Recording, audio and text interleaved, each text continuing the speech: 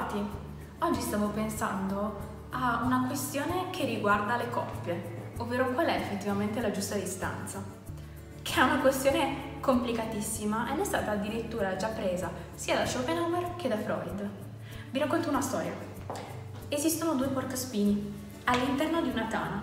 Hanno bisogno di stare vicini perché gli agenti esterni atmosferici, il freddo e la neve, li stanno gelando. Dall'altra parte, i loro aculei li tengono a una distanza di sicurezza, perché se stanno troppo vicini rischiano di farsi del male a vicenda.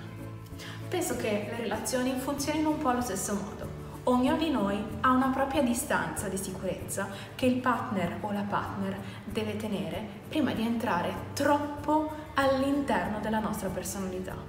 Ecco perché le relazioni devono essere bilanciate. Non possiamo essere adesivi con un partner, non possiamo dipendere da un partner, ma dall'altra parte non dobbiamo nemmeno tenerlo troppo a distanza perché rovineremo l'essenza stessa della relazione.